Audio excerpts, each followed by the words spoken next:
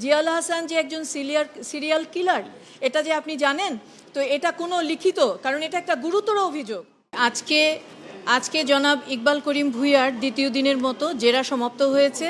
এই জেরা আগামী আবার রবিবার দিনও থাকবে, এই জেরা কন্টিনিউ করবে, রবিবার দিনও থাকবে। তো আজকে আমাদের জেরাটা শুরু হয়েছিল যে ওনার প্রমোশন নিয়ে, ওনার চিফ সেনাবাহিনী প্রধান হওয়া নিয়ে প্রথম প্রশ্নটা ছিল, এবং সেখানে উনি স্পষ্টভাবে এটা স্বীকার করেছেন যে বেশ কয়েকজন অফিসারকে ডিঙ্গিয়ে তাকে প্রমোশন দেওয়া হয়েছে, এবং উনি এলিজিবল ছিলেন না, কিন্তু উনি সেনাপ্রধান হিসাবে উনি নিযুক্ত হয়েছেন। এই নিয়ম উনি ব্যত্যয় করেছেন, এটা ছিল প্রথম। এবং এরপরে ছিল উনি গতদিন বলেছিলেন যে জিয়াউল হাসানের যে প্রমোশন, সেই প্রমোশনে কোনো যোগ্যতা ছিল না, কিন্তু আজকে উনি স্বীকার করেছেন যে প্রমোশনের যে সেনাবাহিনীর যে প্রমোশনের যে নীতিমালা, সেই নীতিমালা অনুযায়ী জিয়াউল হাসানের প্রমোশন সম্পন্ন হয়েছে। এবং সেখানে যে স্টাফ কলেজের কথা ওনারা বলেছেন, সেই স্টাফ কলেজ এবং এখানে একটা অথবা আছে, সেই অথবা যে কতগুলো বিষয়কে এরা মেনটেন করে, সেইগুলো বিষয়ে ক্রাইটেরিয়াগুলো ফুলফিল করেই জিয়াউল হাসান একজন প্রমোশন প্রাপ্ত হয়েছেন। যে কথাটা গতদিন উনি কোর্টকে মিসগাইড করেছিলেন। একজন সেনাবাহিনী প্রধান হিসাবে এটা একটা অন্যায় আচরণ ওনার ছিল একজন জুনিয়র অফিসারের বিরুদ্ধে। এরপরে উনি গতদিন বলেছিলেন যে প্রমোশন বোর্ডে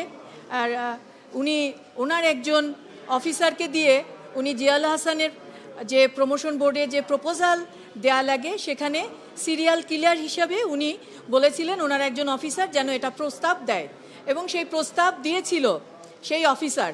কিন্তু বোর্ডের যে অন্যান্য অফিসার যারা উপস্থিত ছিলেন, তারা বলেছিলেন যে না, জিয়াউল হাসান একজন ভালো অফিসার, এবং সেই কারণে তার প্রমোশন হয়েছে।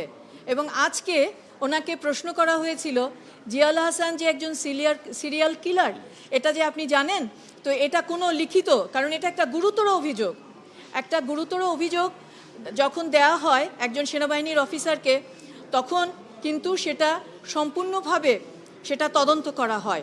তো এবং এই কারণে আপনি কোনো লিখিত বা কোনো তদন্ত বা কোনো কিছু করেছেন কিনা উনি অস্বীকার করেছেন। উনি বলেছেন যে এটা আমার মনে নাই, এটা আমার ব্যক্তিগত মতামত।